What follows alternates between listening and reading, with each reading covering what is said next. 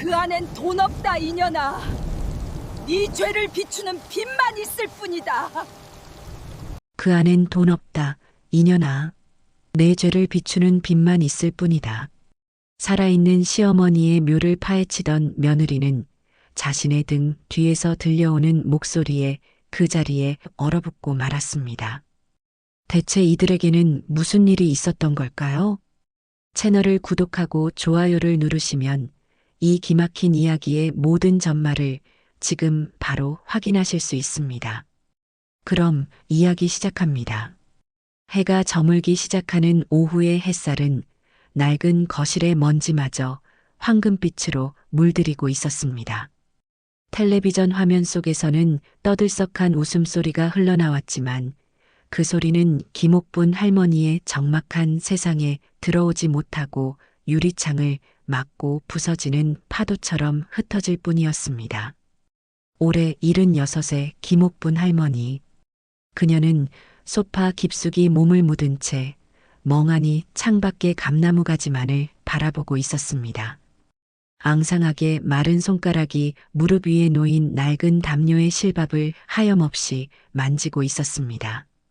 저 손으로 흙을 파고, 저 손으로 국밥을 말고, 저 손으로 어린 아들의 등을 쓸어주며 한평생을 버텨왔습니다. 이제 그 손에 남은 것이라고는 깊게 팬 주름과 검버섯, 그리고 아무도 알아주지 않는 세월의 흔적뿐이었습니다. 내가 대체 무엇을 위해 이 악착 같은 세월을 견뎌왔던가? 옥분 할머니는 스스로에게 물었지만 대답은 쉬이 돌아오지 않았습니다.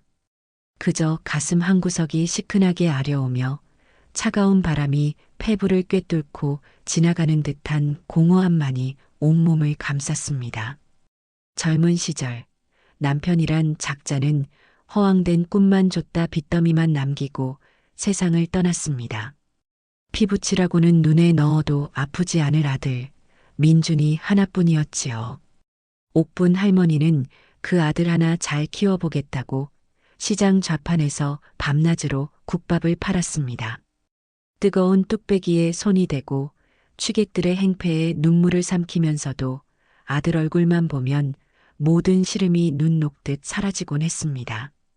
그렇게 모은 돈으로 작은 가게를 얻고 가게가 건물이 되고 마침내 아들을 번듯하게 장가까지 보냈습니다. 이제 모든 고생이 끝났다고 남은 인생은 아들 내외의 효도를 받으며 편히 지낼 수 있으리라 믿었습니다. 참으로 어리석고 순진한 믿음이었습니다. 현관문 도어록이 해제되는 소리와 함께 옥분 할머니의 세상은 다시 한번 현실의 냉혹한 무게를 드러냈습니다. 며느리 박혜진이었습니다. 화사한 옷차림에 간 미용실에서 매만진 듯한 머리, 그리고 손에는 어김없이 번쩍이는 명품 쇼핑백이 들려 있었습니다. 어머님, 저 왔어요. 오늘 날씨가 참 좋죠? 계속 이렇게 앉아만 계시면 몸에 더 안 좋아요. 목소리는 꿀처럼 달콤했지만 그 눈은 옥분 할머니의 얼굴이 아닌 거실 구석구석을 훑으며 먼지가 있는지 없는지를 살피고 있었습니다. 혜진은 마치 잘 훈련된 배우처럼 능숙하게 쇼핑백을 소파 뒤에 숨기고는 옥분 할머니의 곁으로 다가왔습니다. 우리 어머님, 오늘 점심은 잘 챙겨 드셨어요? 제가 밑반찬 좀 해왔는데 냉장고에 넣어둘게요. 그 다정한 말투가, 그 살가운 몸짓이 이제 옥분 할머니에게는 날카로운 비수처럼 느껴졌습니다. 저 여자의 저 손이 오늘 또 얼마를 앗아갔을까? 옥분 할머니는 애써 흐릿한 표정을 지으며 고개만 겨우 끄덕였습니다. 치매 초기 증상이 있다는 의사의 진단은 며느리의 악행을 지켜볼 수 있는 완벽한 가면이 되어 주었습니다. 기억이 오락가락하는 늙은이, 돈을 어디에 뒀는지도 까먹는 정신 나간 노파. 그것이 바로 며느리가 원하는 시어머니의 모습이었고 옥분 할머니는 기꺼이 그 역할을 연기하고 있었습니다. 며느리는 냉장고에 반찬통 2-어 개를 넣는 신용을 하더니 이내 본색을 드러냈습니다. 그녀는 옥분 할머니의 안방으로 스스럼 없이 들어가 화장대 서랍을 열고 통장이 들어있는 파우치를 꺼내 들었습니다. 마치 제 물건을 챙기듯 자연스러운 행동이었습니다.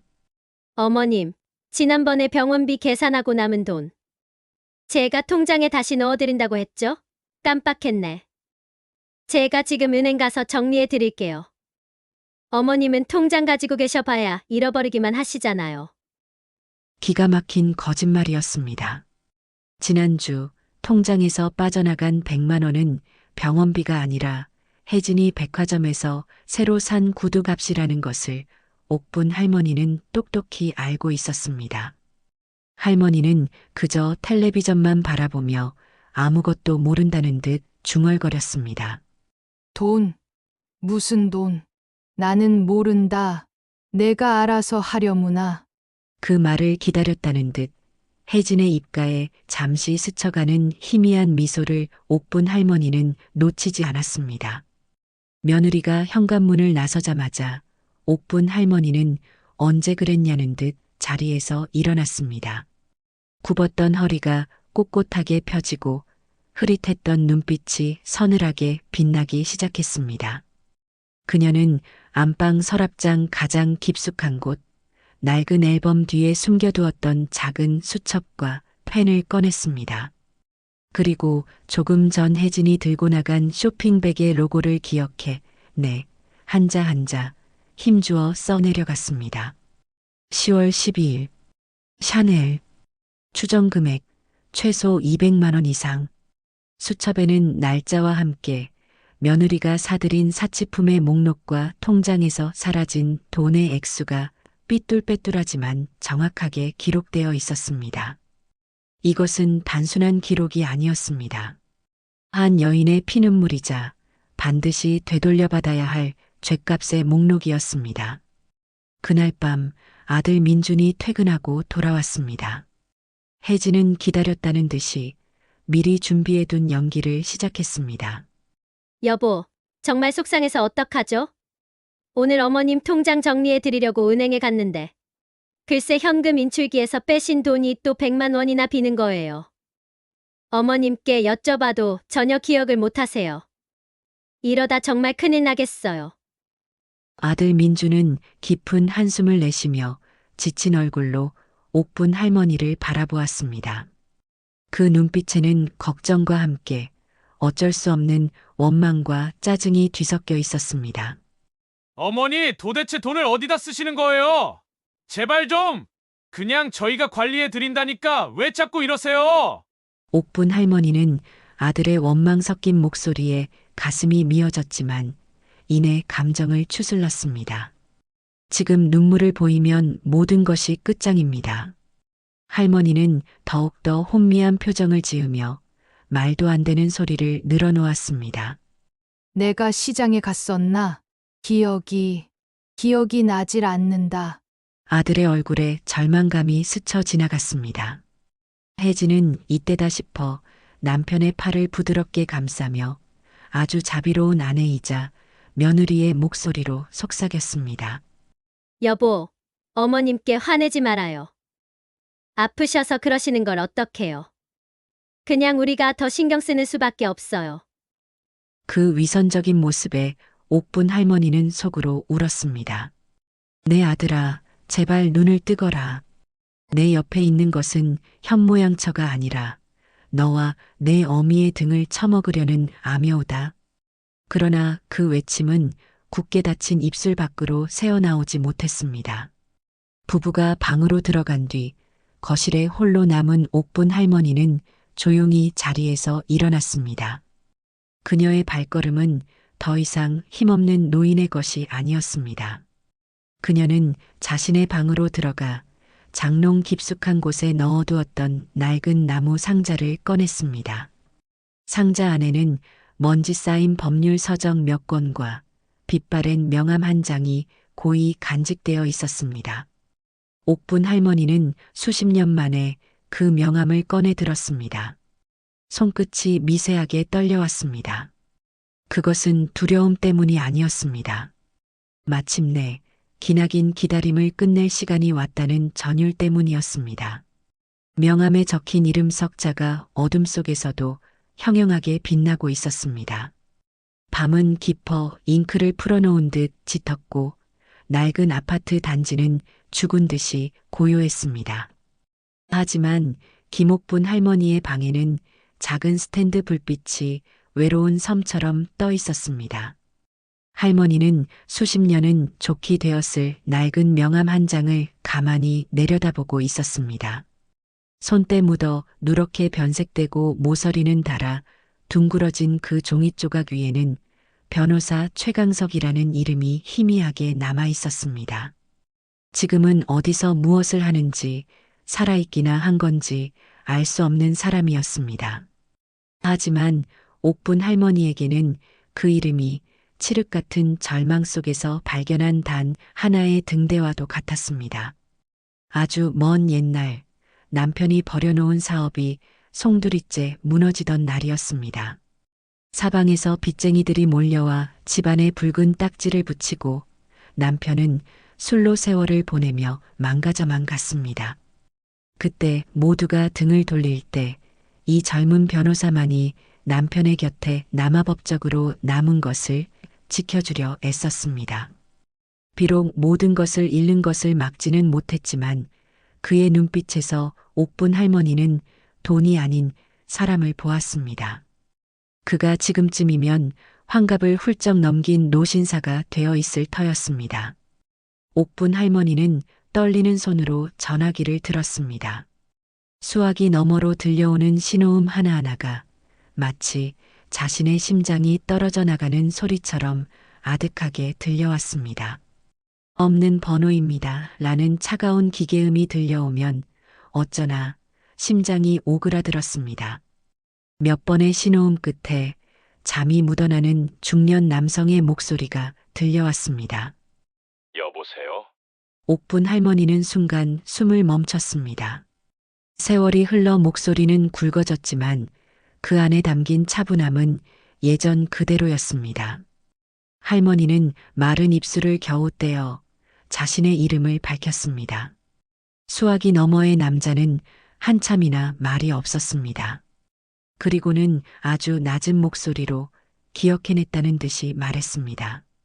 그 한마디에 옥분 할머니는 지난 수십 년간 억눌러왔던 눈물을 터뜨릴 뻔했습니다. 다음 날 아침 옥분 할머니는 새벽같이 일어나 가장 깨끗한 외출복으로 갈아입었습니다. 며느리와 아들이 깨기 전 그녀는 쪽지 한 장을 남기고 조용히 집을 나섰습니다. 병원 좀 다녀오마. 최 변호사의 사무실은 높은 빌딩 숲 사이에 자리 잡고 있었습니다. 통유리 너머로 보이는 도시의 풍경은 평생 시장 바닥과 낡은 집만 오가던 옥분 할머니에게는 다른 세상의 이야기처럼 낯설기만 했습니다. 백발이 성성한 최 변호사는 이제는 최강석이 아닌 최 변호사님이라는 이름이 더 어울리는 중후한 모습으로 그녀를 맞았습니다. 오랜만입니다. 어르신, 이렇게 다시 뵙게 될 줄은 몰랐습니다. 그간 고생 많으셨지요. 따뜻한 위로의 말이었지만 옥분 할머니는 감상에 젖어 있을 시간이 없었습니다. 그녀는 품 안에서 작은 수첩을 꺼내 최 변호사의 책상 위에 조심스럽게 올려놓았습니다. 그 수첩이 무엇인지 궁금해하는 변호사의 눈빛 앞에서 할머니는 지난 몇 년간 겪어온 모든 일들을 담담하게 하지만 단어 하나하나에 힘을 주어 털어놓기 시작했습니다. 며느리의 사치와 거짓말, 아들의 무관심과 방관, 그리고 통장에서 사라져간 돈의 행방들. 이야기가 진행될수록 최 변호사의 표정은 굳어져 갔습니다.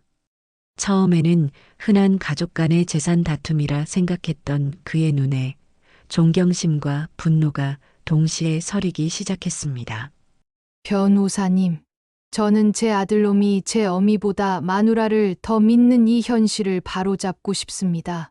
그리고 제 피 같은 재산을 갉아먹은 저 아이에게는 법이 허락하는 가장 무서운 벌을 내리고 싶습니다. 옥분 할머니의 목소리는 떨림 하나 없이 단호했습니다. 최 변호사는 할머니가 내민 수첩을 천천히 넘겨보았습니다. 그 안에는 날짜와 금액, 정황 증거가 한치의 오차도 없이 기록되어 있었습니다. 이것은 그저 한 노인의 푸념이 아니었습니다. 치밀하게 준비된 한편의 고소장이었습니다. 최 변호사는 과거 자신의 어머니가 비슷한 사기를 당해 쓸쓸히 돌아가셨던 아픈 기억을 떠올렸습니다. 그는 굳은 표정으로 입을 열었습니다. 어르신, 방법이 있습니다.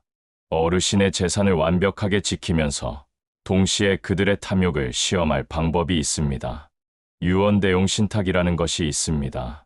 어르신의 전 재산을 저희 법무법인에 신탁하시고 어르신께서 살아계시는 동안에는 매달 정해진 생활비를 받으시며 모든 재산권을 행사하시되 사후에는 어르신께서 지정한 사람이나 단체에 재산이 넘어가도록 하는 겁니다.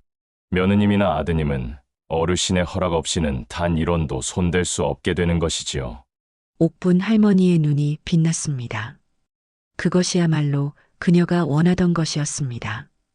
그녀는 망설임 없이 계약서에 서명했습니다. 그녀의 전 재산을 지킬 첫 번째 방패가 마련된 순간이었습니다. 그러나 이건 시작에 불과했습니다. 변호사님, 이제 두 번째 미끼를 던져야겠습니다. 며칠 후 옥분 할머니는 동네에서 입이 가장 싸기로 소문난 부동산 중개업자를 찾아갔습니다. 그녀는 마치 큰 결심을 한 사람처럼 비장한 표정으로 말했습니다. 내가 아무래도 곧 갈 것 같은데 우리 집 양반 묻혀 있는 선산에 내 맷자리 하나를 아주 좋은 돌로 만들어야겠어. 그리고 내가 평생 모은 금붙이 몇 개가 있는데 그거 관 속에 같이 묻어달라고 우리 애들한테 유언해놨지. 그 말은 날개를 단 듯 순식간에 동네 전체로 퍼져나갔습니다. 소문은 부풀려지고 각색되어 마침내 며느리 박혜진의 귀에까지 들어갔습니다. 김옥분 할머니가 맷자리에 금괴를 묻는데 라는 터무니없는 형태로 말입니다. 그날 저녁 혜진은 남편 민준을 붙잡고 귀에 대고 속삭였습니다. 그녀의 눈은 평소와 다른 섬뜩한 탐욕의 불길로 번들거리고 있었습니다. 여보, 들었어요? 어머니가 선산에 금을 묻는데요. 그거 우리 돈이야. 당신 돈이라고. 어머니가 치매 때문에 정신이 없어서 그러시는 거야. 우리가 지켜야 해. 알았지? 며느리의 목소리는 꿀처럼 달콤했지만 그 안에는 맹독이 숨겨져 있었습니다. 옥분 할머니는 방 안에서 이 모든 대화를 들으며 조용히 눈을 감았습니다. 거대한 덫이 설치되었고 사냥감은 의심 없이 그 덫을 향해 한 걸음 다가오고 있었습니다. 이제 폭풍우가 몰아칠 일만 남은 것이었습니다. 소문은 바람보다 빨랐고 독보다 치명적이었습니다. 김옥분 할머니가 선산의 가묘에 평생 모은 금붙이를 묻을 것이라는 이야기는 온갖 살이부터 며느리 박혜진의 귓속으로 파고들었습니다. 그녀에게 그 소문은 단순한 뜬소문이 아니었습니다. 그것은 사채 빚이라는 깊고 어두운 수렁에서 자신을 건져 올려줄 하늘에서 내려온 동아줄과도 같았습니다. 그날 이후 혜진의 세상은 온통 황금빛으로 물들기 시작했습니다. 눈을 감아도 어른거리는 것은 누런 황금의 빛이었고 귀에 맴도는 것은 금괴가 부딪히는 달콤한 소리였습니다. 그녀는 시어머니의 모든 행동 하나하나를 탐욕의 필터로 해석하기 시작했습니다. 시어머니가 무심코 창밖을 바라보면 저 늙은이가 맷자리를 생각하는구나 라고 확신했고 시어머니가 입맛이 없다며 수저를 내려놓으면 금을 숨길 생각에 밥도 안 넘어가는 게지라고 비웃었습니다. 그녀의 머릿속은 거대한 저울이 되어 한쪽에는 천륜과 도덕이라는 먼지 쌓인 추를, 다른 한쪽에는 금괴와 인생 역전이라는 눈부신 추를 올려놓고 있었습니다. 저울은 처음부터 기울어져 있었습니다. 사채업자의 독촉 전화가 빗발칠수록, 카드사의 압류 통지서가 날아들수록 천륜이라는 추는 깃털처럼 가벼워졌고 탐욕이라는 추는 바위처럼 무거워져만 갔습니다. 그녀는 밤마다 잠을 설쳤습니다. 어둠 속에서 눈을 뜨면 천장에 어른거리는 것은 금괴의 형상이었습니다. 저것만 손에 넣으면 이 지긋지긋한 시집살이도 빚쟁이들의 협박도 모두 끝낼 수 있었습니다. 남편의 무능함도 아이의 학원비 걱정도 모두 사라질 것이었습니다. 그것은 단순한 돈이 아니었습니다. 그녀에게 그것은 구원이자 새로운 인생으로 들어가는 입장권이었습니다. 어머님, 요즘 부쩍 기력이 없어 보이세요. 제가 보약이라도 한 제 지어드릴까요? 혜진은 그 어느 때보다 살갑고 다정한 며느리를 연기했습니다. 그 가증스러운 연기 뒤에 숨겨진 칼날을 옥분 할머니는 너무나도 선명하게 느끼고 있었습니다. 할머니는 그저 더 기력 없는 목소리로 혜진의 탐욕에 불을 지필 마지막 장작을 던져 넣었습니다. 됐다. 이제 와서 보약이 다 무슨 소용이냐. 그저 내 갈 준비나 조용히 하면 그만이지. 저기 선산에 내 시아버지 외롭지 않게 좋은 자리 하나 봐뒀으니 그것만 잘 마무리되면 나는 여한이 없다. 그 말을 듣는 혜진의 눈이 섬뜩하게 빛나는 것을 옥분 할머니는 실눈을 뜬 채 똑똑히 보았습니다. 미끼를 물었구나. 할머니는 속으로 읊조리며 더욱더 깊은 잠에 빠진 척 연기했습니다. 이제 남은 것은 유약한 아들 민준의 마음을 완벽하게 무너뜨리는 일이었습니다. 그날 밤 혜진은 작전 개시를 결심했습니다. 그녀는 일부러 남편 앞에서 사채업자와 통화하며 눈물을 쏟아내는 연기를 펼쳤습니다. 혜진은 전화기에 대고 말했습니다. 제발. 제발 며칠만 더 시간을 주세요. 네, 집으로 찾아오신다고요? 안 돼요. 제발. 전화를 끄는 혜진은 바닥에 주저앉아 서럽게 울기 시작했습니다. 어찌할 바를 모르고 쩔쩔매는 민준에게 그녀는 원망과 애원이 뒤섞인 눈빛으로 매달렸습니다.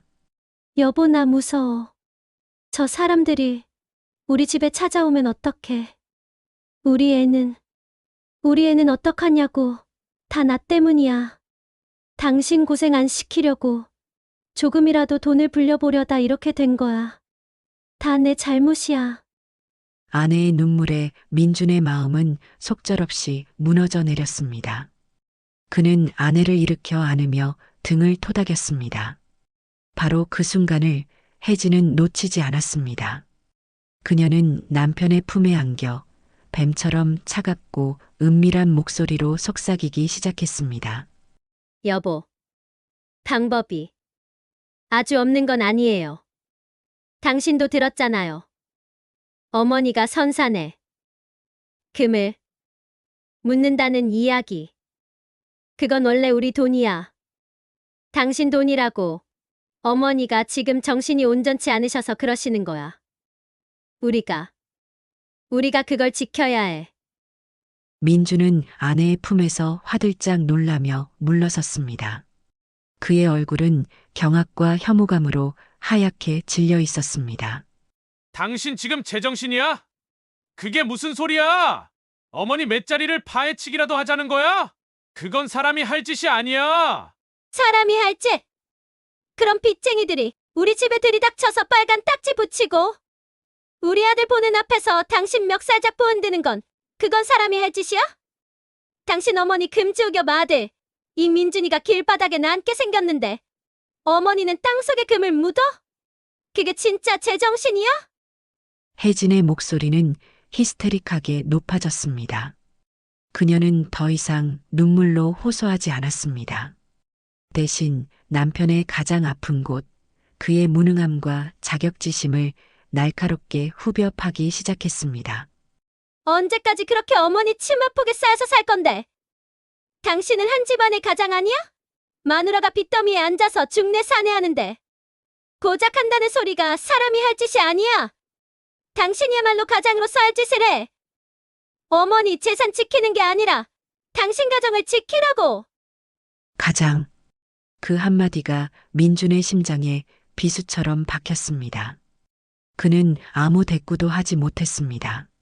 아내의 말이 틀렸다고, 그것은 범죄라고 소리치고 싶었지만 목구멍에 무언가 걸린 듯 말이 나오지 않았습니다. 그의 침묵이 곧 동이라는 것을 알아챈 혜진은 승자의 미소를 지으며 남편의 뺨을 부드럽게 감쌌습니다. 그리고는 다시 다정한 아내의 목소리로 그의 마지막 남은 양심을 잠재웠습니다. 여보, 이건 그냥 어머니 돈을 훔치는 게 아니야. 잠시 우리가 안전하게 보관하는 것뿐이야. 나중에 우리가 잘 되면 그때 몇 배로 효도하면 되잖아. 응? 다 우리 가족을 위한 일이야. 가족을 위한 일. 그 말은 민준의 모든 죄책감을 마비시키는 달콤한 독이었습니다. 그는 더 이상 저항하지 않았습니다. 아니, 저항할 힘이 남아있지 않았습니다. 그는 멍하니 고개를 떨군 채 아내가 이끄는 대로 거실을 가로질렀습니다. 혜진은 베란다 구석에 놓여있던 창고 문을 열었습니다.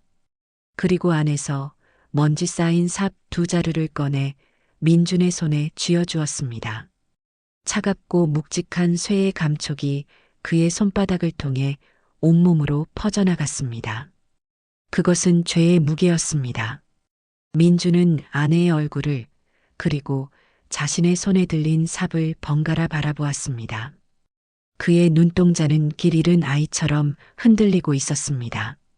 마침내 그는 모든 것을 포기한 듯 아주 작게 고개를 끄덕였습니다. 그 순간 부부의 등 뒤로 열린 창문을 통해 비릿한 흙냄새를 품은 차가운 밤바람이 불어왔습니다. 김옥분 할머니의 시간은 다르게 흘러가고 있었습니다. 거실에서 들려오는 며느리와 아들의 소곤거림, 그 안에 담긴 탐욕과 음모의 속삭임은 더 이상 할머니의 마음을 어지럽히지 못했습니다. 마치 깊은 산속 고요한 사찰의 풍경 소리가 속세의 번뇌를 잠재우듯 할머니는 자신의 내면으로 끝없이 침잠하며 마음을 다스리고 있었습니다. 그녀의 귀에는 이제 아들 내외의 목소리가 아닌 다른 소리가 들려오기 시작했습니다. 그것은 수십 년 전 흙먼지 날리는 시장 바닥에서 어린 아들의 손을 잡고 엄마가 우리 아들 세상에서 제일 행복하게 해줄게 라고 다짐하던 자신의 목소리였습니다. 그 맹세가, 그 피땀으로 쌓아 올린 세월이 이제와 한낱 금붙이 몇 개에 대한 탐욕 앞에 처참히 무너져 내리고 있는 현실을 그녀는 똑똑히 마주보아야 했습니다. 평생을 바쳐 일궈온 밭에 자식이라는 이름으로 독초를 심은 것은 아니었을까? 금지옥엽 키워낸 아들이 사실은 제 어미의 심장을 갉아먹는 해충은 아니었을까? 옥분 할머니는 밤마다 잠 못 이루고 스스로에게 되물었습니다. 며느리라는 여자는 처음부터 타인이었으니 원망하고 미워하면 그만이지만 아들은 달랐습니다. 아들은 자신의 분신이자 삶의 이유 그 자체였습니다. 그 아들이 제 아내의 사악한 계획에 동조하고 있다는 사실은 뼈를 깎고 살을 도려내는 것보다 더한 고통으로 다가왔습니다. 그러나 고통에만 잠식되어 있을 수는 없었습니다. 이 모든 것을 끝내기 위해서는 가장 아픈 손가락을 잘라내는 심정으로 마지막 남은 미련의 끈을 제 손으로 직접 끊어내야만 했습니다. 그날 오후 옥분 할머니는 작심한 듯 아들 민준을 조용히 자신의 방으로 불렀습니다. 며느리 박혜진은 무슨 일이냐는 듯 경계의 눈빛을 보냈지만 할머니는 아무 말 없이 아들만 이끌고 방문을 닫았습니다. 방 안에는 무거운 침묵이 흘렀습니다. 옥분 할머니는 아무 말 없이 장롱 깊숙한 곳에서 빛바랜 흑백 사진 한 장을 꺼내 아들의 손에 쥐어주었습니다. 사진 속에는 젊은 시절의 할머니가 어린 민준을 목마 태우고 환하게 웃고 있는 모습이 담겨 있었습니다. 민준아, 이 사진 기억나느냐? 내가 7살 되던 해 봄이었다. 저날 내가 아비 없이 자란다고 손가락질 받을까봐 내가 남들보다 10배, 20배는 더 악착같이 살겠다고 다짐했었지. 민주는 차마 어머니의 얼굴을 마주보지 못하고 고개를 숙였습니다. 그의 손에 들린 낡은 사진이 천근만근의 무게로 느껴졌습니다. 어머니의 목소리는 담담했지만 그 안에는 아들의 양심을 찌르는 날카로운 가시가 숨어 있었습니다. 사람이 살다 보면 잘못된 길로 들어설 수도 있다. 중요한 것은 더 늦기 전에 되돌아오는 용기다. 내 아비는 그 용기가 없어서 결국 모든 것을 잃고 세상을 등졌다. 나는 내 아들만큼은 아비처럼 살게 하고 싶지 않았다. 이것은 마지막 기회였습니다. 어미가 아들에게 주는 참회하고 돌아설 수 있는 마지막 자비였습니다. 옥분 할머니는 아들의 눈을 똑바로 바라보았습니다. 그 눈동자 안에서 단 한 조각이라도 양심의 빛을 발견하고 싶었습니다. 그러나 민준의 눈은 죄책감으로 흔들리고 있었을 뿐 아내의 탐욕에서 벗어날 의지는 보이지 않았습니다.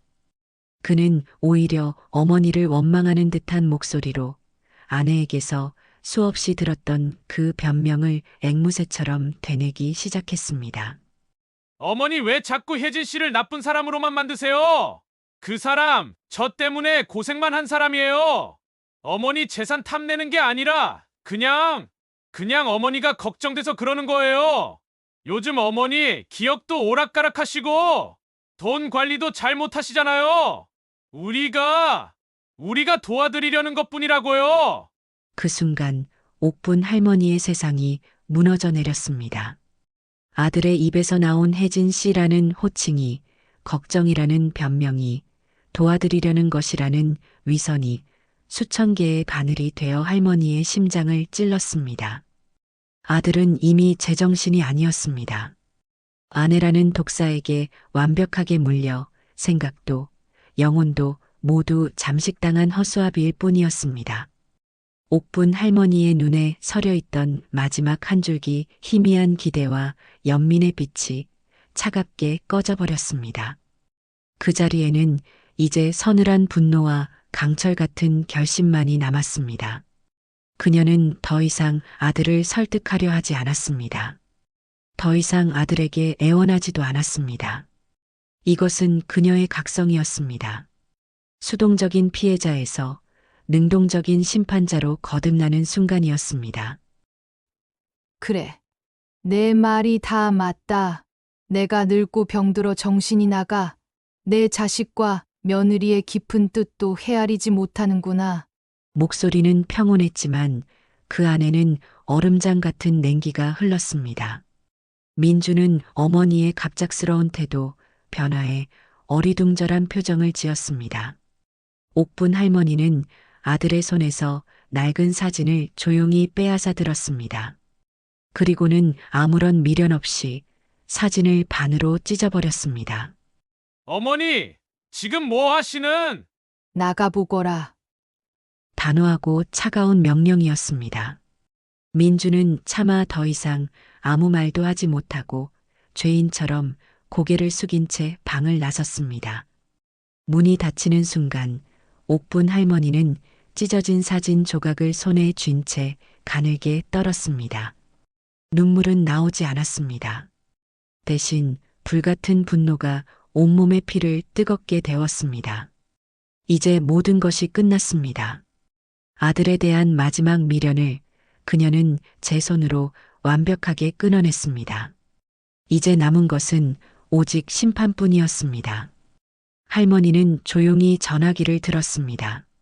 수화기 너머로 익숙한 목소리가 들려오자 그녀는 그 어느 때보다 차갑고 명료한 목소리로 말했습니다. 최 변호사님 저입니다. 계획을 최종 단계로 진행해야겠습니다. 네, 그렇습니다. 이제 그 아이에게는 마지막 기회조차 완전히 사라졌습니다. 운명의 날 아침, 하늘은 거짓말처럼 맑고 푸르렀습니다. 마치 잔혹한 연극의 마지막 막이 오르기 전 잠시 숨을 고르는 무대처럼 고요했습니다. 김옥분 할머니는 새벽부터 일어나 가장 작은 보따리 하나만을 싼 채 거실 소파에 앉아 있었습니다. 그녀의 모습은 영락없이 요양병원에 며칠 몸을 의탁하러 가는 평범한 노인이었지만 그 고요한 눈빛 속에서는 거대한 폭풍의 눈이 소용돌이치고 있었습니다. 며느리 박혜진은 애써 감추려 했지만 입가에 번지는 희색을 숨기지 못했습니다. 그녀는 평소보다 2배는 더 살갑게 할머니의 어깨를 주무르며 호들갑을 떨었습니다. 어머님, 가시는 동안 심심하지 않게 제가 재미있는 잡지라도 몇 권 넣어드릴까요? 병원판만 없으면 언제든지 전화하세요. 제가 제일 좋아하시는 갈비찜이라도 해서 당장 달려갈게요. 그 목소리에 담긴 가식적인 온기가 역겨웠지만 옥분 할머니는 아무 말 없이 고개만 끄덕였습니다. 이제 와서 저 여자의 위선을 탓해 무엇하겠습니까? 저 탐욕스러운 영혼이 스스로 파멸의 구렁텅이로 걸어 들어갈 시간은 이제 얼마 남지 않았습니다. 아들 민주는 차마 어머니와 눈을 마주치지 못하고 출근 준비를 하는 척 서성거리기만 했습니다. 그의 얼굴에는 죄책감과 불안감이 뒤섞여 짙은 그늘을 만들어내고 있었습니다. 할머니는 그런 아들의 뒷모습을 가만히 바라보았습니다. 어쩌면 이것이 어머니와 아들로서 마주하는 마지막 모습일지도 모른다는 생각이 스쳐 지나갔습니다. 다녀오마. 짧은 한마디를 남기고 옥분 할머니는 최 변호사가 보낸 차에 몸을 실었습니다. 차창 밖으로 익숙한 아파트의 풍경이, 아들의 모습이, 그리고 자신이 한평생을 바쳐 지켜온 모든 것들이 서서히 멀어져 갔습니다. 그러나 할머니의 마음속에는 그 어떤 미련이나 슬픔도 자리하지 않았습니다. 오직 차갑고 단단한 결심만이 용광로의 쇳물처럼 들끓고 있을 뿐이었습니다. 차가 향한 곳은 요양병원이 아니었습니다. 도시의 소음이 닿지 않는 외곽의 한적한 오피스텔. 그곳에는 최 변호사가 미리 마련해둔 작전 상황실이 있었습니다. 방 한쪽 벽면에는 여러 개로 분할된 대형 모니터가 설치되어 있었고 화면 속에는 옥분 할머니의 집 안팎과 선산으로 향하는 길목 곳곳을 비추는 CCTV 영상이 실시간으로 떠 있었습니다. 모든 준비는 끝났습니다. 어르신, 이제 기다리는 일만 남았습니다. 옥분 할머니는 모니터 앞에 놓인 의자에 조용히 앉았습니다. 화면 속 자신의 빈집을 서성이는 며느리의 모습이 보였습니다. 혜진은 시어머니가 사라지자마자 기다렸다는 듯이 안방을 뒤지기 시작했습니다. 장롱을 열고 서랍을 빼내고 심지어는 장판 밑까지 들춰보며 무언가를 필사적으로 찾고 있었습니다. 금붙이라도 숨겨둔 것이 있는지 확인하는 것이겠지요. 그 추악한 탐욕의 몸부림을 옥분 할머니는 아무런 표정 변화 없이 마치 다른 세상의 영화를 보듯 무심하게 지켜보았습니다. 시간이 흐르고 창밖의 하늘이 서서히 잿빛으로 물들기 시작했습니다. 예고도 없이 하늘에 구멍이라도 뚫린 듯 거센 비가 쏟아지기 시작했습니다. 창문을 때리는 빗소리가 점점 거세지고 이따금씩 번개가 번쩍이며 세상을 하얗게 밝혔다가는 어둠 속으로 집어삼켰습니다. 완벽한 무대였습니다. 하늘마저 이 폐륜의 현장을 위해 기꺼이 장막을 쳐주고 있는 듯 했습니다. 모니터 속에서 혜진이 마침내 남편 민준을 잡아끌기 시작했습니다. 민준의 얼굴은 사색이 되어 있었지만 아내의 광기 어린 기세에 눌려 속수무책으로 끌려가고 있었습니다. 그들은 검은 비옷을 뒤집어 쓰고 베란다에 숨겨두었던 삽을 챙겨 들었습니다. 옥분 할머니는 저도 모르게 주먹을 꽉 쥐었습니다. 손톱이 손바닥을 파고드는 아픔이 느껴졌지만 심장이 찢어지는 고통에 비하면 아무것도 아니었습니다.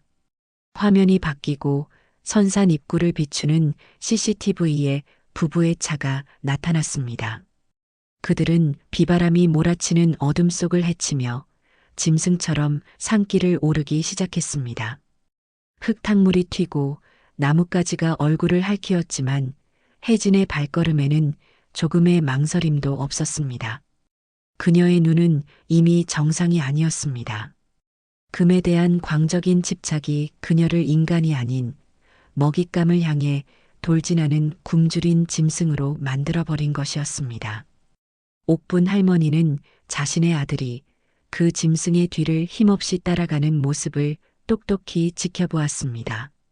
아들의 어깨는 축 처져 있었고 발걸음은 천근만근 무거워 보였습니다. 그는 지금 무슨 생각을 하고 있을까? 아직도 이것이 가족을 위한 일이라고 스스로를 속이고 있을까? 옥분 할머니의 눈가에서 뜨거운 눈물 한 방울이 주름진 뺨을 타고 흘러내렸습니다. 그러나 그녀는 그것을 재빨리 손등으로 닦아냈습니다.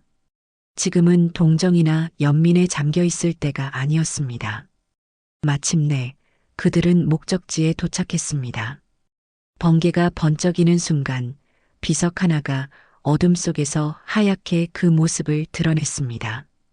김옥분 지묘. 자신의 이름이 새겨진 아직 온기조차 가시지 않은 새로운 무덤. 혜진은 그 앞에서 잠시 숨을 골랐습니다. 그리고는 탐욕스러운 미소를 지으며 남편의 손에 들려있던 삽을 빼앗아 들었습니다. 뭘 꾸물거려? 어서 시작하지 않고 이 안에 우리 인생을 바꿔줄 황금이 잠들어 있단 말이야. 그녀의 목소리는 천둥 소리보다 더 크고 더 끔찍하게 옥분 할머니의 귓전을 때렸습니다. 혜진은 마치 홀린 사람처럼 빗물에 젖어 질척이는 봉분을 향해 첫 삽을 내리꽂았습니다. 그 순간 옥분 할머니는 조용히 눈을 감았습니다. 돌이킬 수 없는 강을 저들이 마침내 건너기 시작했습니다. 서걱, 둔탁한 쇳소리가 빗줄기를 찍고 밤의 정적을 갈랐습니다. 박혜진이 내리꽂은 삼날이 봉분의 부드러운 흑살을 파고드는 소리. 그 소리는 작전 상황실의 고성능 스피커를 통해 김옥분 할머니의 고막으로 그리고 심장으로 날아와 비수처럼 박혔습니다. 모니터 속 번개가 번쩍일 때마다 드러나는 며느리의 얼굴은 인간의 것이 아니었습니다. 빗물과 흙탕물로 범벅이 된 채 오직 탐욕이라는 원초적인 본능만이 남아 번뜩이는 짐승의 형상이었습니다.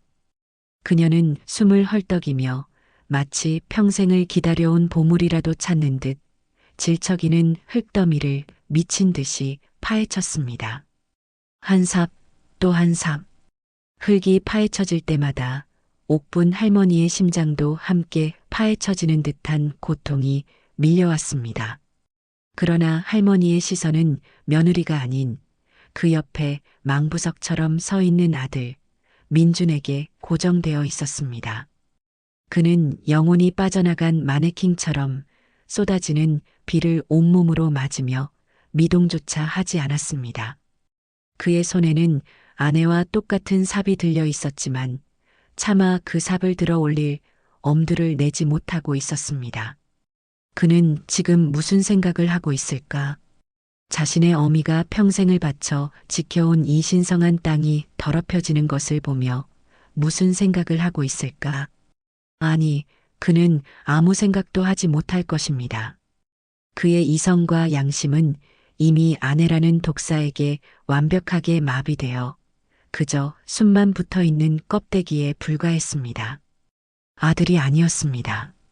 저것은 더 이상 사진 속에서 목마를 타고 환하게 웃던 내 아들이 아니었습니다. 저것은 아내의 탐욕에 영혼을 팔아버린 이름 모를 괴물이었습니다. 옥분 할머니는 눈을 감았습니다. 그녀의 눈에서 흐르던 것이 뜨거운 눈물이었다면 이제 심장에서 흐르는 것은 차갑고도 무거운 강철물이었습니다. 뭐해? 멍청하게 서 있지만 말고 너도 어서 파. 이러다 날 새겠어. 이 안에 있는 금, 당신도 지분 있잖아. 혜진의 악에 바친 고함 소리가 민준의 귓전을 때렸습니다. 그는 움찔하며 아내를 바라보았습니다. 아내의 눈은 이미 광기로 이글거리고 있었습니다. 그 눈빛 앞에서 민준의 마지막 남은 저항 의지는 산산조각 나 부서져 버렸습니다. 그는 마치 실에 매달린 꼭두각시처럼 천천히, 아주 천천히 손에 들린 삽을 들어 올렸습니다. 그리고는 아내가 파헤쳐 놓은 구덩이에 힘없이 삽을 꽂아 넣었습니다. 서거. 제 손으로 어미의 무덤을 파헤치는 그 소리. 민주는 온몸을 부들부들 떨었습니다. 이것은 단순한 흙이 아니었습니다. 이것은 자신을 낳아준 어머니의 살갗이었고 자신을 길러준 어머니의 뼈였습니다. 그의 손에 들린 삽은 제 어미의 심장에 내리꽂는 비수와도 같았습니다. 모니터를 지켜보던 최 변호사가 나지막이 욕설을 음조리며 자리에서 벌떡 일어났습니다. 저 인간 같지도 않은 어르신, 이제 그만. 제가 당장 경찰에 연락해서. 나지막이 그러나 단호하게 옥분 할머니는 말했습니다. 앉으세요. 최 변호사님. 옥분 할머니의 목소리는 얼음장처럼 차갑고 고요했습니다. 그녀는 여전히 눈을 감은 채였습니다. 하지만 그녀의 온몸에서는 그 어떤 분노보다도 더 무섭고 서늘한 결의가 뿜어져 나오고 있었습니다. 아직 멀었습니다. 저 아이들이 제 발로 파멸의 가장 깊은 곳까지 걸어 들어가는 것을 내 눈으로 똑똑히 봐야겠습니다. 저 아이들의 영혼에 새겨진 죄의 무게가 얼마큼인지 저 하늘도 이 땅도 그리고 나 자신도 똑똑히 지켜봐야 합니다. 그녀의 말에 최 변호사는 차마 더 아무 말도 잇지 못하고 무거운 한숨과 함께 자리에 다시 앉았습니다. 모니터 속에서는 두 사람의 삽질이 점점 더 빨라지고 있었습니다. 광기에 휩싸인 며느리와 자포자기한 아들. 그들은 마치 죽음의 무도를 추는 한 쌍의 망령처럼 빗속에서 쉴 새 없이 흙을 퍼냈습니다. 시간이 얼마나 흘렀을까? 그들의 발밑으로 파인 구덩이는 이미 성인 남자의 허리춤까지 깊어져 있었습니다. 그때였습니다. 텅! 지금까지의 둔탁한 흙소리와는 전혀 다른 단단하고 속이 빈 무언가에 부딪히는 소리가 밤의 정적을 갈랐습니다. 혜진과 민준의 삽질이 동시에 멈췄습니다. 두 사람은 약속이라도 한 듯 서로의 얼굴을 마주 보았습니다. 혜진의 얼굴에는 마침내 찾아왔다는 황홀한 희열이, 민준의 얼굴에는 돌이킬 수 없는 죄를 저질렀다는 창백한 절망감이 동시에 떠올랐습니다. 혜진은 손에 든 삽을 내던지고 짐승처럼 구덩이 안으로 뛰어들었습니다. 그녀는 손으로 미친 듯이 흙을 걷어내기 시작했습니다. 이윽고 빗물에 젖어 검붉은 빛을 띠는 단단한 오동나무관의 윗부분이 그 모습을 드러냈습니다. 찾았다. 드디어 찾았어. 그녀의 목소리는 환희에 차 덜덜 떨리고 있었습니다. 그녀는 관 뚜껑을 미친 듯이 더듬으며 뚜껑을 열 수 있는 틈을 찾기 시작했습니다. 그녀의 손톱이 부러지고 피가 배어 나왔지만 전혀 아랑곳하지 않았습니다. 그녀의 머릿속에는 오직 저관 뚜껑 너머에 있을 황금빛 미래만이 가득했습니다. 민주는 더 이상 그 광경을 지켜볼 수 없다는 듯 고개를 돌려버렸습니다. 그는 차라리 지금 당장 벼락이 떨어져 이 모든 죄악과 함께 자신이 죄가 되어버리기를 간절히 바랐습니다. 혜진은 창고에서 가져온 쇠지렛대를 남편의 손에서 빼앗아 들었습니다. 그리고는 관 뚜껑의 이음새에 지렛대를 깊숙이 쑤셔넣고 온몸에 무게를 실어 젖히기 시작했습니다. 기 나무가 뒤틀리고 쪼개지는 소름 끼치는 마찰음이 폭우 소리를 뚫고 울려 퍼졌습니다.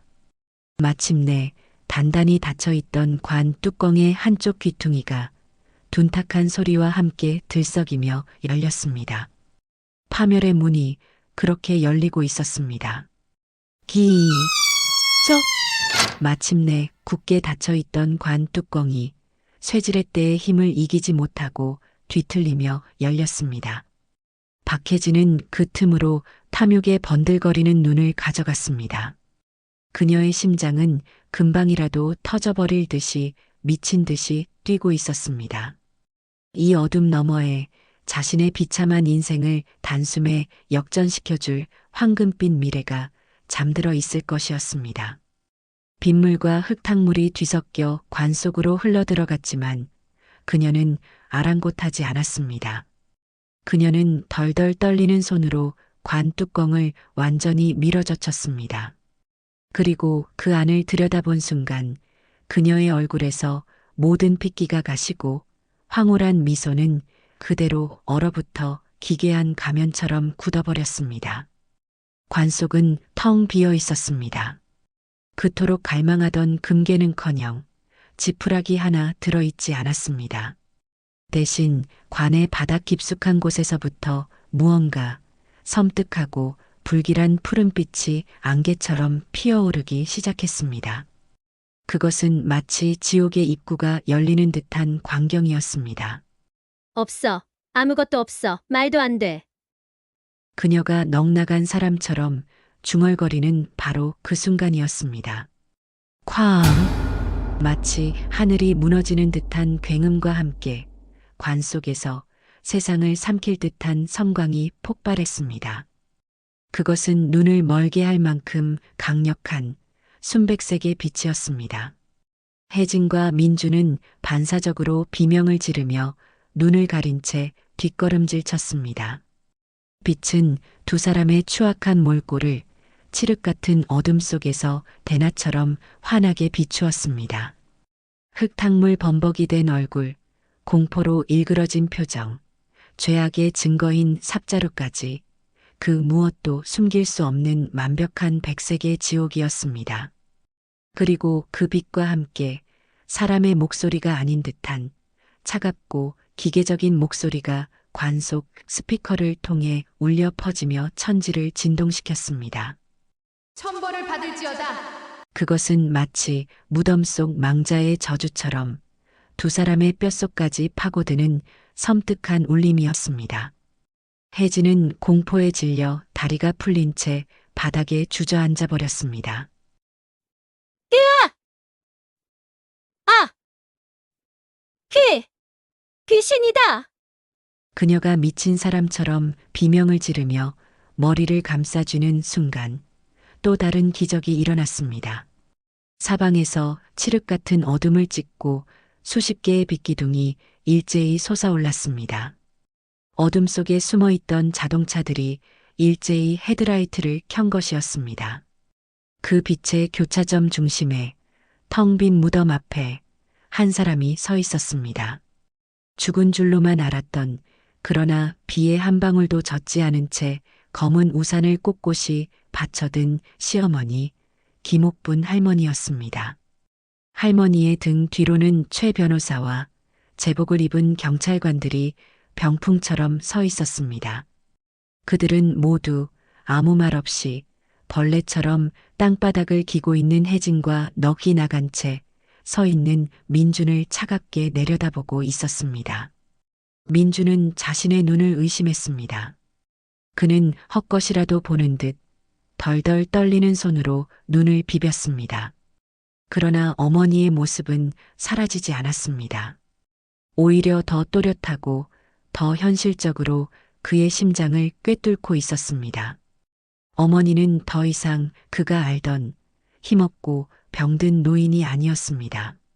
지옥의 심판관처럼 서늘하고 압도적인 위엄을 온몸으로 뿜어내고 있었습니다. 옥분 할머니는 우산을 든 채 천천히 한 걸음 한 걸음 며느리를 향해 다가갔습니다. 그리고는 자신의 발치에서 벌벌 떨고 있는 며느리를 내려다보며 마침내 입을 열었습니다. 그녀의 목소리는 천둥처럼 낮고 서리처럼 차가웠습니다. 그 안엔 돈 없다 이년아. 네 죄를 비추는 빚만 있을 뿐이다. 그 안엔 돈 없다. 이년아, 내 죄를 비추는 빚만 있을 뿐이다. 그 한마디는 며느리 박혜진의 영혼을 파괴하는 마지막 심판의 망치였습니다. 혜진은 더 이상 비명조차 지르지 못했습니다. 그녀의 입에서 나온 것은 의미를 알 수 없는 짐승의 울음 같은 신음소리뿐이었습니다. 그녀의 눈에 비치던 탐욕의 불꽃은 완전히 꺼져버렸고 그 자리에는 텅 빈 절망과 완전한 파멸만이 남아 있었습니다. 아들 민주는 그제야 모든 것을 깨달았습니다. 이것은 우연이 아니었습니다. 이것은 귀신의 장난도 아니었습니다. 이것은 처음부터 끝까지 자신의 어머니가 설계한 완벽한 함정이었습니다. 어머니는 모든 것을 알고 있었습니다. 자신과 아내가 꾸민 모든 계획을, 그 추악한 욕망을 처음부터 끝까지 모두 꿰뚫어보고 있었던 것입니다. 어머니. 그는 무언가 말을 하려 했지만 목소리가 되어 나오지 못했습니다. 그의 온몸에서 힘이 빠져나가기 시작했습니다. 그는 손에 들고 있던 삽을 떨어뜨렸습니다. 탕! 쇳덩이가 돌에 부딪히는 소리가 그의 심장이 바닥으로 떨어지는 소리처럼 들렸습니다. 그는 실이 끊어진 인형처럼 질척이는 흙바닥 위에 그대로 무릎을 꿇고 말았습니다.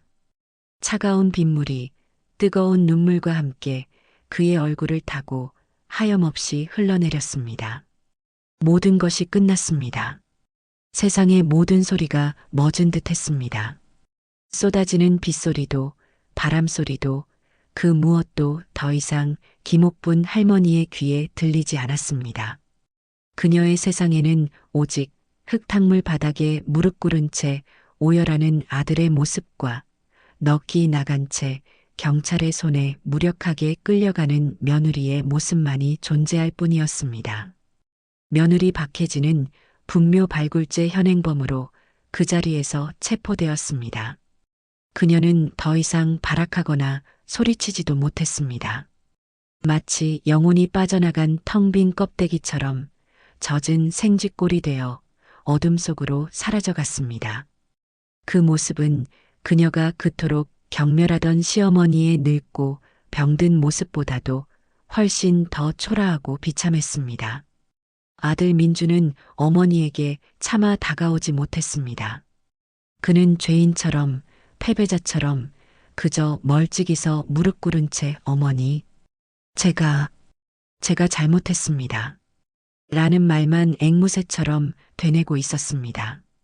그러나 옥분 할머니는 아들에게 단 한 번의 눈길도 주지 않았습니다.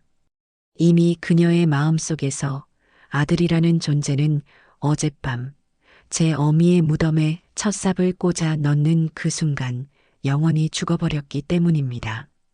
할머니는 아무 말 없이 돌아섰습니다.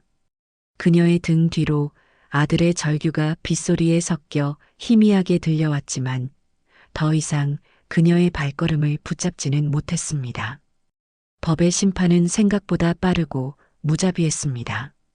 옥분 할머니가 수년간 기록해온 장부와 집 안팎에 설치된 CCTV 영상, 그리고 선산에서 벌어진 모든 일이 담긴 영상은 며느리 박혜진의 모든 죄악을 입증하는 완벽한 증거가 되었습니다. 상습적인 절도, 폭언, 그리고 분묘 발굴죄까지. 여기에 최 변호사가 찾아낸 그녀의 도박빚과 사채 내역까지 더해지자 그녀는 법정에서 그 어떤 동정표도 얻지 못했습니다. 결국 그녀에게는 실형이 선고되었고 이어진 이혼 소송에서는 모든 증거가 명백하여 위자료는커녕 평생 갚아도 못 갚을 재산분할 채무까지 떠안게 되었습니다.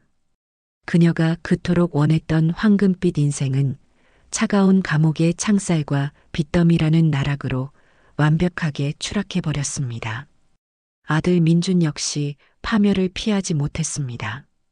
범행의 공범으로 인정되어 벌금형을 선고받았고 어머니의 묘를 파헤친 페르나라는 꼬리표가 붙어 다니며 사회적으로 완전히 매장당했습니다. 직장에서는 권고 사직을 당했고 친구와 친척들은 모두 등을 돌렸습니다. 모든 것을 잃고 나서야 그는 비로소 자신이 무슨 짓을 저질렀는지 깨달았습니다. 그는 수십 번, 수백 번 어머니의 집을 찾아와 문을 두드리고 무릎 꿇고 용서를 빌었습니다. 어느 비가 그친 오후 옥분 할머니는 마침내 그에게 문을 열어주었습니다. 그것은 용서를 위함이 아니었습니다. 모든 것을 끝내기 위한 마지막 통보를 위함이었습니다. 민주는 야윈 얼굴로 어머니의 바짓가랑이라도 붙잡을 듯 애원했습니다. 어머니, 제가 정말 죽을 죄를 지었습니다. 제정신이 아니었어요. 혜진이 그 여자한테 홀렸던 거예요. 제발 한 번만 용서해 주세요. 다시는 안 그러겠습니다. 어머니, 아들 이대로 버리지 말아 주세요. 네. 옥분 할머니는 아무런 표정 없이 자신의 발치에 엎드린 아들을 내려다보았습니다. 그리고는 아주 나지막이 하지만 뼈를 깎는 듯한 냉정한 목소리로 말했습니다. 내가 선택한 인생이다. 내가 선택한 아내였고, 내가 동조한 범죄였으며, 내가 외면한 어미였다. 그러니 그 책임 또한 온전히 내가 지거라. 나는 이제 너의 어머니가 아니다. 그 말을 끝으로 옥분 할머니는 아들의 눈앞에서 현관문을 닫아버렸습니다. 굳게 닫힌 문은 다시는 열리지 않을 모자간의 인연의 끝을 알리는 묘비명과도 같았습니다. 이후 옥분 할머니는 최 변호사와 맺었던 유언대용 신탁에 따라 자신의 전 재산을 관리하며 조용하고 평온한 삶을 되찾았습니다. 그녀는 더 이상 아들을 위해, 며느리를 위해 마음 졸이지 않았습니다. 대신 자신처럼 자식에게 상처받고 기댈 곳 없는 노인들을 위한 작은 쉼터를 만드는데 재산을 사용하기 시작했습니다. 그녀는 과거의 시련을 통해 얻은 강인함과 지혜로 새로운 인생의 이막을 열어젖힌 것입니다. 비로소 그녀의 얼굴에는 수십 년 만에 처음으로 진정한 평온과 희미한 미소가 깃들기 시작했습니다. 여러분은 오늘 이야기를 어떻게 들으셨나요? 자식의 잘못을 어디까지 용서해야 하는 걸까요? 여러분의 생각은 어떠신지 댓글로 여러분의 소중한 의견을 남겨주세요. 저희 이야기가 마음에 드셨다면 구독과 좋아요를 통해 더 많은 분들이 함께 들을 수 있도록 응원해 주시면 감사하겠습니다. 지금까지 들어주셔서 감사합니다.